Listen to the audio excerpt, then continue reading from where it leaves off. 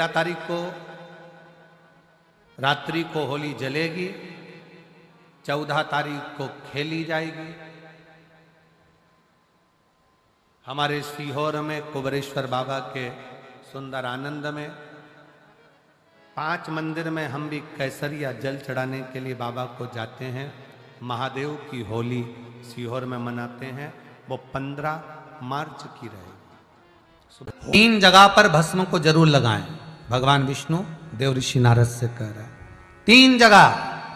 पहला मस्तक, भुकुटियों के बीच में आज्ञा चक्र होता है। यहां पर जब भस्म का तिलक लगाया जाता है तो व्यक्ति कभी धोखा नहीं खा सकता, कभी भटक नहीं सकता, मार्ग निश्चित कर लेता है। आज्ञा चक्र, गले के नीचे जो खड्डा होता है उस जगह पर विशुद्धि चक्र होता है। शिव महापुराण की कथा करिए, यहां विशुद्धि चक्र है। शरीर को फाड़ोगे तो कोई चक्र नहीं मिलना, पर केंद्र बिंदु विशुद्धि चक्र का होता है। यहां पर जो भस्म लगाई जाती है, अगर मान लो हमें कोई औषधि की जगह विष भी दे दे तो वो अमृत बन जाता है। तो यहां विशुद्धि चक्र जहां भस्म लगे। तीसरा, वक्षस्थल, जहां पर अनाहत चक्र होता है। यह चक्र कैसा चक्र है? अगर कोई व्यक्ति आपसे नफरत करता है, कोई व्यक्ति आपके लिए अपशब्द कहता है, कोई व्यक्ति आपसे नफरत करता है, अनाहत चक्र पर त्रिपुंड लगाकर, अनाहत चक्र पर भस्म रमाकर अगर आप उससे 2 या 3 बार मिल लीजिए, कितना भी विरोधी होगा वो आपके पक्ष में आ जाएगा। अनाहत चक्र 3 चक्र हैं, आज्ञा चक्र, विशुद्धि चक्र, अनाहत चक्र। और ये 3 चक्र पर लगी हुई भस्म जीवन का सुख दे जाती, जीवन का। एक चीज और ध्यान करिए महाराज, जिस लड़का और लड़की का विवाह नहीं होता, मंगल हो गया, शनि हो गया, राहु केतु हो गया, या विवाह नहीं हो रहा है, उसके लिए भी कहा जाता है कि कहीं से आप प्रयास करिएगा, कहीं से अगर मौका मिल जाए, कहीं से आपको किसी रूप में अगर चांदी का पत्रा मिल जाए, चांदी का थोड़ा सा पत्रा, कोई वो कहते हमारे यहाँ बर्क कह देते, पर असली चांदी की बर्क चाहिए। आजकल तो भगवान पे भी जो बर्क लगाई जाती है वो भी नकली है। असली चांदी की बर्क, उसको जलाकर उसकी जो भस्म तैयार करी जाती है, चांदी भस्म जो तैयार करी जाती है, उस भस्म से लड़का हो लड़की हो जिसका विवाह नहीं हो रहा हो, उसके हाथ में वो भस्म लगवाकर और बीच में हल्दी की एक बिंदी लगाकर शंकर के शिवलिंग का लेपन करा दिया जाए महाराज। उसका लेपन करा दीजिए। 3 से 3.5 महीना रुकिए, 3.5 महीने के अंदर उसका विवाह संबंध पक्का हो जाएगा। भले मंगल हो, राहु हो, केतु हो, शनि हो, कुछ भी, उस भस्म का ये प्रमाण। कई लोग भस्म को भभूति भी कहते हैं, वो भभूति अलग हो गई, वो भभूति हो गई जादू टोना वाली भभूति, ये तो वो भभूति अलग हो गई, उसका कोई यहाँ वो उसका प्रमाण है अलग, परंतु यहाँ भस्म का प्रमाण, यहाँ भभूति का प्रमाण शिव कथा में नहीं है। क्योंकि शिव रोग से मुक्ति देते हैं, तो रोग निवारण का एक तरीका है भस्म को धारण करना। भगवान विष्णु कह रहे हैं देव ऋषि नारद, ये भस्म तुम्हारे जीवन को सुख दे जाएगी। होली में मोटे मोटे ढूंढ जलाए जाते हैं। ढूंढा की राख तैयार होती है, उसका कालापन जो तैयार होता है उसको उठाकर ले आए और कपड़े में उसको छान कर राख तैयार कर 3-4 बार छानने के बाद उस भस्म को, जो होली महादेव की होली के दिन रात के समय 12 बजे से 1 बजे के बीच में शिव जी को समर्पित कर देता है और उस भस्म को उठाकर उसमें घी मिलाकर मस्तक पर तिलक लगाकर चले जाता है। वो जिंदगी में कभी हार नहीं सकता, विजय ही पाकर आता है। उसकी कभी हार नहीं हो सकता, कभी हार नहीं सकता। शिव महापुराण की कथा कहती है वो भस्म विजयता को प्रदान करती है। आपको किसी से नहीं करना, किसी के हाथ नहीं जोड़ना, केवल वो भस्म का तिलक लगाकर जिससे आपका काम निकालना है उसके सामने पहुंच जाइए, आपको सुख का अनुभव हो जाएगा, कार्य सिद्ध। तो भस्म इतनी प्रबल होती है। भस्म, थोड़ी सी भस्म यदि आपके पास में है, भस्म से मतलब होता है अलोना गोबर। अलोना गोबर जानना है आपने? यहाँ क्या बोलते हैं उसको? एक होता है गाय का गोबर जिसको हाथ से थापते हैं, थापा कंडा बन गया, वो नहीं। अलोनी गोबरी, गाय ने पौटा करा, वो सूख गया, उसको उठाया, जलाया, उसकी भस्म तैयार करी। वो भस्म शिवजी पे समर्पित होने वाली वो भस्म उस मिट्टी के अंदर डाली जाए। अलोनी गोबरी की जो भस्म होती है, गाय जो पोटा करती है और वो गाय का जो गोबर होता है वो सूख जाता है। सूखने के बाद जो उसकी भस्म होती है वो भस्म बड़ी काम की होती है। उसको जब जलाते हैं और जलाकर उसकी भस्म बनाते हैं तो वो बड़ी काम की रहती है, बहुत काम। हम तो यहां तक कहेंगे, जिस नारी के बच्चादानी के अंदर अगर गर्भ में गांठ हो गई है या बच्चादानी के अंतर्गत कोई भी परेशानी उसके जीवन में आ गई है कि डॉक्टर बोल रहा है कि आपकी ये ऑपरेशन कराना ही पड़ेगा, तो हम इस निवेदन को जरूर करना चाहेंगे कि प्रयास करिएगा। देसी गाय जब गोबर करे, पोटा करे और वो सूख जाए,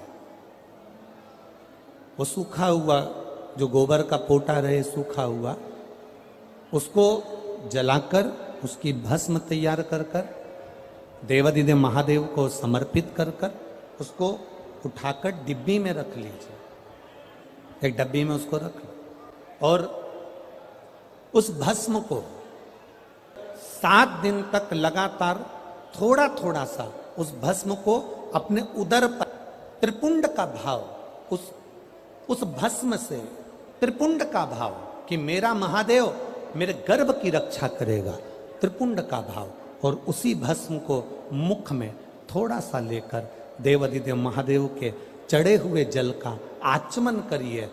जो गर्भाशय में जो भी तकलीफ होगी मेरा देवादिदेव महादेव उसको अच्छा कर।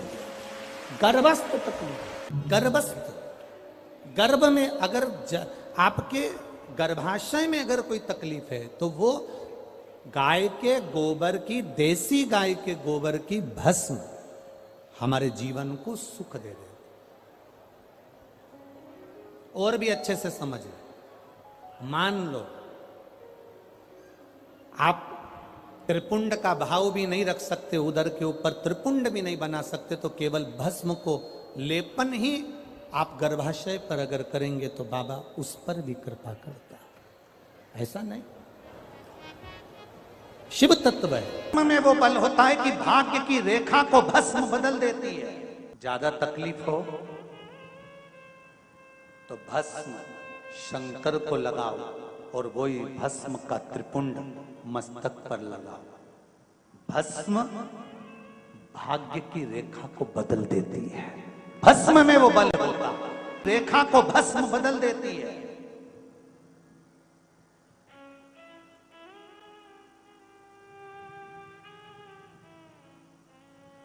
इसलिए नवरात्रे में माता जी की जब आराधना होती है तो वहां पर भी धूप छूटती है, उसमें भी भस्म एकत्रित होती है, उस भस्म को भी लोग पाते हैं। शिव मंदिर जाते हैं, वहां की भी भस्म लोग पाते हैं।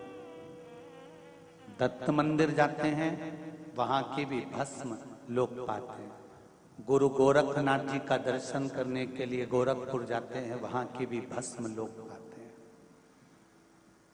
संत, साधु, सन्यासी, तपस्वी, साधक जहां तप करते हैं वहां पर धूपाड़ा लगता है, वहां की भी भस्म लोग पाते हैं।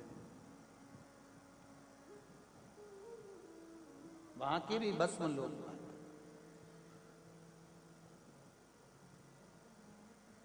भस्म साधारण नहीं होती, कि भस्म कोई साधारण नहीं होती महाराज, भस्म कोई साधारण नहीं है। आप अगर शिव को भस्म समर्पित कर रहे हो और उस भस्म को आप धारण कर रहे हो, 2-10 तिलक आप लगा रहे हो, तो उसका कोई सुख उसका सुख जरूर प्राप्त होगा, उसका आनंद जरूर प्राप्त होगा। जिस भस्म को आप धारण कर रहे हो, कि आप चाहते हैं कि कोई रोग हमको ना घेरे। आप चाहते हैं कि कोई रोग हमको ना घेरे, और आपको लग रहा है कि कोई रोग ऐसा है जो घेर रहा है, या कोई शरीर में ऐसा रोग उत्पन्न होने वाला है, या कोई बीमारी ऐसी उत्पन्न होने वाली, तो उसके लिए सबसे सुंदर तरीका है कि शंकर जी पर अलोनी जो गोबरी होती है, गोबरी जानते हो, कंडा, अलोना कंडा, अलोनी गोबरी, मतलब गाय ने गोबर करा और वो सूख गया, उसको थापा नहीं गया, हाथ से कंडा नहीं बनाया गया, गोबरी नहीं बनाई गई, केवल गाय ने गोबर करा, वो सूख गया, और वो सूखा हुआ जो गोबर है उसको जलाकर जो भस्म तैयार करी है, उसको जलाकर जो हमने राख तैयार करी है, भस्म बनाई है, उस भस्म को जो तैयार करा गया है, वो भस्म शिव को जो हमने समर्पित करा, उस भस्म को सफेद वस्त्र में लिया और बाबा पर, शंकर जी का जो मंदिर आपके करीब में हो, शिव का जो धाम आपके पास में हो, वहां बाबा पर समर्पित करी। उसी भस्म को हम उठा कर लिया।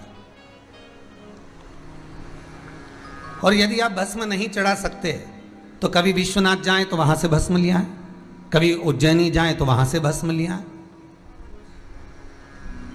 उस भस्म को हम यदि अपनी नाभि से वक्ष स्थल के मध्य में त्रिपुंड लगा लेते हैं, महीने में एक बार भी त्रिपुंड अपने वक्ष स्थल के नजदीक में नाभि से ऊपर अगर लगा लेते हैं, तो ऐसा कोई बड़ा रोग आपकी जिंदगी में प्रवेश कर ही नहीं सकता। इस शरीर के अंदर, इस शरीर के अंदर भस्म में जो सुख है, भस्म का जो आनंद है, भस्म का जो रसतत्व है, उसको समझिए।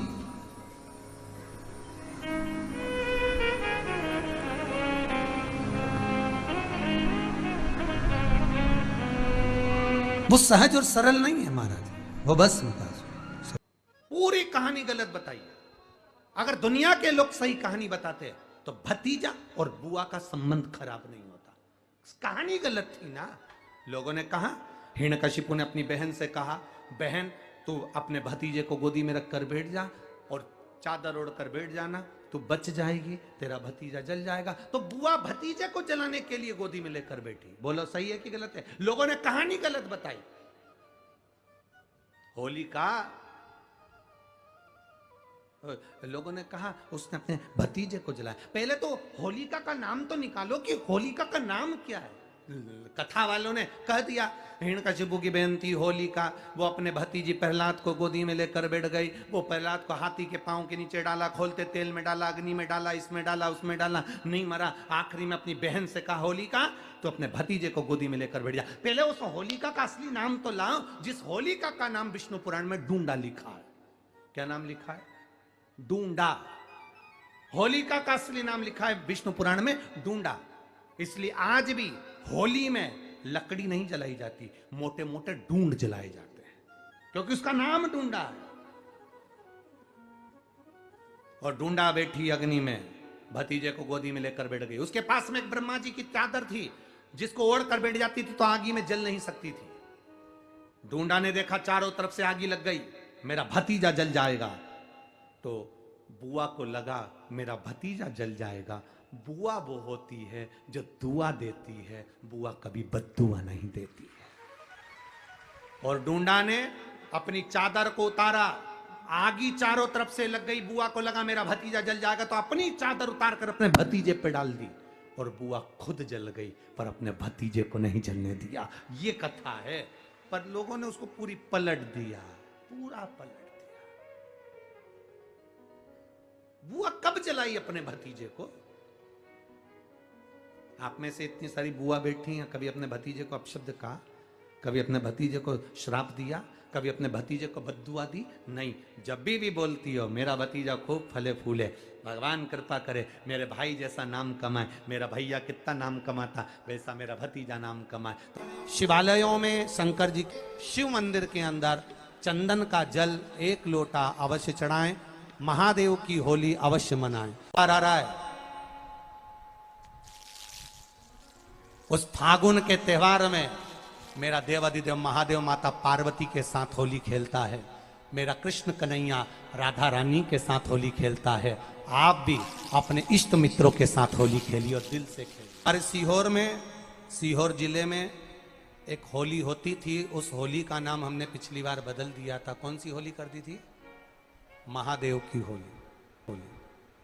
पिछली बार हमारे सीहोर जिले में हमेशा होती आई थी वो होली, थोड़ा उसका नाम हमने चेंज कर दिया था, तो उसको महादेव की होली कर दिया था। मेरे सीहोर जिले के रहने वाले सभी रहवासियों से, जिले भर के निवासियों से निवेदन करना चाहूंगा, वो पुरानी होली को बंद कर महादेव की होली नाम दिया गया है। शिव मंदिर में जाना है, चंदन का जल शिव जी को 1 लोटा चढ़ाना। एक बात अपनी जिंदगी में उतार कर रखो, शंकर भगवान को घी का दिया भी लगाओ तो तुम्हारे घर में जो असली घी हो, थोड़ा सा भले 1 पत्ती लगाओ, भले इतनी सी बत्ती जलाओ, पर असली घी की जलाओ। शिव जी को अगर चंदन भी लगा रहे हो तो असली लगाओ। शंकर भगवान को चावल भी चढ़ा रहे हो तो असली चढ़ाओ। शंकर भगवान को अगर अष्टगंध भी चढ़ा रहे हो तो असली चढ़ाओ। केमिकल का कोई चीज मेरे महादेव को मत चढ़ाओ जिससे भगवान शिव की मूर्ति नष्ट हो। ऐसी कोई चीज मेरे महादेव को ना चढ़ाओ। अगर शंकर भगवान के साथ आप होली खेल रहे हो तो चंदन का पानी शंकर भगवान को चढ़ाइए, अष्टगंध का जल भगवान शिव को चढ़ाइए। तो करो तैयारी, आ रहा है त्रिपुंडधारी महादेव की होली। बड़े आनंद के साथ मेरा निवेदन, अपने शिवालयों में, शंकर जी के मंदिरों में, सीहोर जिले के प्रत्येक शिव मंदिर के अंदर चंदन का जल 1 लोटा अवश्य चढ़ाएं, महादेव की होली अवश्य मनाएं। और भाव के साथ 5 मंदिर हम भी जाएंगे, कोई जुलूस नहीं, कोई क्रम नहीं, बस बाबा को आराम से जल चढ़ाना ही एक नियम है और बाबा को जल चढ़ाएंगे। आप सब बड़े आनंद के साथ महादेव की होली का स्मरण करिए। महादेव की होली के दिन बेलपत्री की जड़ के नीचे जाकर प्रयास करा करो कि लाल चंदन का जल, लाल चंदन को घिसकर कलश में उस चंदन को डालकर जल भरकर उसको बेलपत्री की जड़ के नीचे सींचन करने का प्रयास करा करो। है कि धीरे धीरे कर कर वो दुख समाप्त होगा, वो दुख कटेगा ही। एक बहुत ध्यान देने वाली बात है कि अगर मान लो कि कहीं पैसा अटक गया है, नहीं आ रहा है, बहुत अथक प्रयास कर लिया, चंदन का जो जल होता है, ये व्यक्ति के जीवन में जो धन कहीं रुक गया, अटक गया, नहीं दे रहा, बेलपत्री के वृक्ष के नीचे, जड़ के नीचे सींचन करने से वो प्राप्त होता है। अथर्ववेद में वर्णन किया गया कि पीपल के वृक्ष की जो जड़ होती है, बेलपत्री के वृक्ष की जो जड़ होती है और आंवले के वृक्ष की जो जड़ होती है, इसके नीचे स्वर्ग का निवास होता है। किसका निवास है? स्वर्ग का निवास। जहां पर ये वृक्ष होता है और उस वृक्ष के नीचे बैठकर हम जब किस जल का सींचन कर रहे हैं, जैसे अभी आपको कहा था कि जल में अगर लाल चंदन मिला हो और आप बेलपत्री के जड़ में सींचन कर रहे हैं तो लक्ष्मी की आवक बढ़ेगी। कहीं पैसा अपना अटक गया, नहीं आ रहा, आएगा। पीपल की जड़ में इत्र का जल, पीपल की जो जड़ होती है उसमें इत्र का पानी, थोड़ा सा जल, उसमें थोड़ा सा इत्र का भाग हो महाराज, और आप भगवान पीपल देव, पिपलेश्वर महादेव का स्मरण कर कर पीपल की जड़ में अगर जल चढ़ा रहे हैं और मान लो शरीर में कोई कष्ट हो गया है, शरीर में कोई रोग हो गया है, कोई मालूम पड़े ये हाथ 4 दिन से दुख रहा है या 4 दिन से ये नस दब गई है या ये कमर दब रही है, तो आप 2-4 दिन कर देखो। कलश के अंदर जल, जल में इत्र का थोड़ा सा भाग, पीपल की जड़ के नीचे आप उसका सींचन करिए पिपलेश्वर महादेव के नाम से। उस जल को थोड़ा सा भाग लेकर आ जाओ उसी में से जो चढ़ाया है, और उस स्थान पर जहां कष्ट है उसको लगाना प्रारंभ करिए। 2 दिन 3 दिन कर देखो। प्रैक्टिकल करने में क्या जाता है? सीवर वाला महाराज झूठ बोल रहा हो तो कभी कभी अगर ऐसा लगे जीवन में कि दुख बहुत ज्यादा आ गया है, बहुत तकलीफ आ गई है, तो लाल चंदन को घिसकर उस लाल चंदन का लेपन भगवान शंकर पर कर कर फिर पानी चढ़ाओ। अगर कोई संकट भारी है और नहीं कट रहा, जैसे किसी नारी का गर्भ नहीं ठहर रहा, 15 साल हो गए, 20 साल हो गए, 25 साल, जैसे इसने लिखा एक माता ने कि 18 साल की बेटी हो गई थी पर संतान में पुत्र नहीं, तो उसने भाव से कथा सुनी। ऐसे आपके भीतर अगर 20 साल हो गए, 25 साल हो गए, 30 साल हो गए, संतान का सुख ही नहीं है, लाल चंदन का लेपन बाबा भोलेनाथ पर करना प्रारंभ करो। पीठिका पर लाल चंदन का लेपन करना प्रारंभ करो। लाल चंदन से बाबा का श्रृंगार करना प्रारंभ करो। एक बेलपत्री पर लाल चंदन, दोनों पत्ती नीचे वाली, जो नीचे की जो 2 पत्ती होती है, इस पे लाल चंदन और बीच वाली पत्ती पर पीला चंदन लगाकर बाबा के शिवलिंग को समर्पित करिए। बाबा से प्रार्थना करिए, रोज प्रार्थना करो। परंतु एक बात का स्मरण रहे, 25 साल हो गए, 20 साल हो गए, 30 साल हो गए, संतान नहीं, तो पहले जल से अभिषेक कराना। अभिषेक कराकर उस जल का आचमन करने के बाद हाथ को खासा करना, धोना। उसके बाद में फिर वापस बाबा का स्नान कराओ, फिर चंदन का लेपन कराओ, फिर 1 लोटा जल चढ़ाकर बाबा का स्नान कराओ। बाबा का बड़ा सुंदर भाव से लाल चंदन से जो अभिषेक करता है, बाबा को लेपन कर कर फिर जल चढ़ समर्पित करता है, निश्चित है उसकी गोदी मेरा देव अधिदेव महादेव जरूर भरता है। ये निश्चितता है।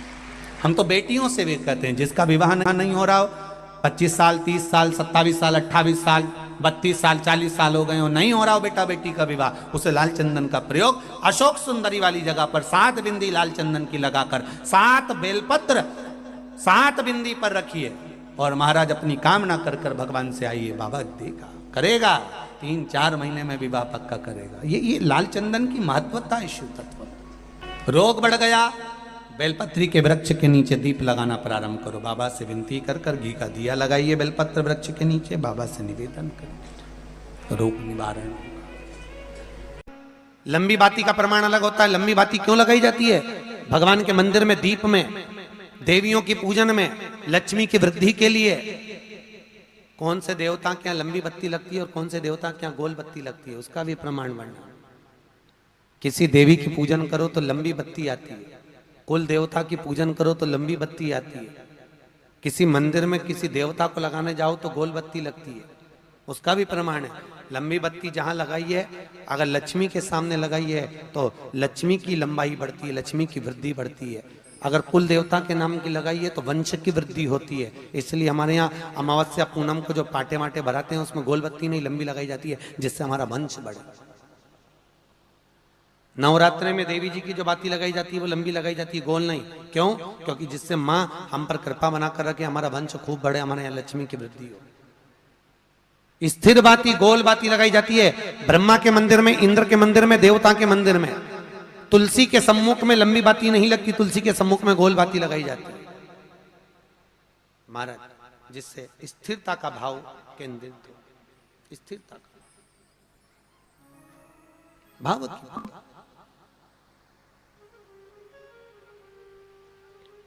पीपल के वृक्ष के नीचे कभी लंबी बाती नहीं लगती, बड़ के पेड़ के नीचे